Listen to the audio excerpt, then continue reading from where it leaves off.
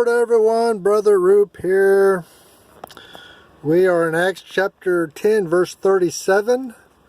We are in the middle of Apostle Peter's evangelistic sermon to Cornelius and his family and friends in Caesarea, Israel. That's right, the beautiful city by the sea. Anyway, let me read it to you here. It's kind of split here in my Bible. I'll read it. That word I say, ye know, which was published throughout all Judea and began from Galilee after the baptism which John preached. Praise the Lord. That's we're right in the middle of a sermon, and we're dissecting it. Anyway, Peter uses the word here twice. If you look at verse 36 proceeding, it says, they were the word which God sent unto the children of Israel. Now, the next verse, he says, that word. The word, then that word.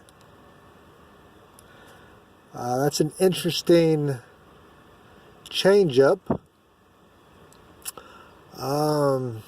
They used Luke, who's recording this, uses a different Greek word for the word in both cases. There's a different, the word in Greek in verse 37 is different from the Greek word used in verse 36. Maybe translated thing as well as word. So that thing I say you know, which was published.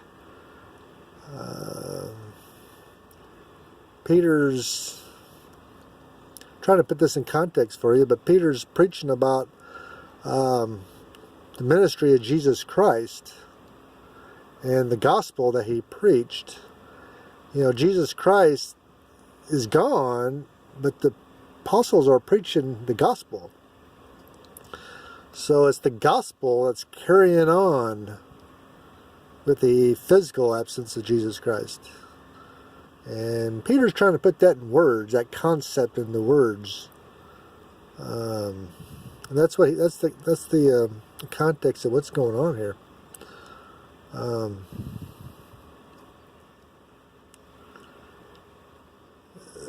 It says, in the King James, it says, next part of the verse says, which was published. In the Greek, it's the word is used, instead of published, it's done. So, that word I say you know, which was done throughout all Judea. And that's reference to Jesus Christ. His ministry. Peter doesn't name Jesus Christ by name, but he doesn't have to, because in Caesarea where he's at, it's very close to Galilee, and Jesus was everywhere. He preached all over Israel, and he's from Galilee, so he was in Galilee a lot, which is not far from Caesarea. I'd say, 20, 30 miles, really, and that's not very far, so that's just a reference to Jesus Christ's ministry, his 3-year ministry. So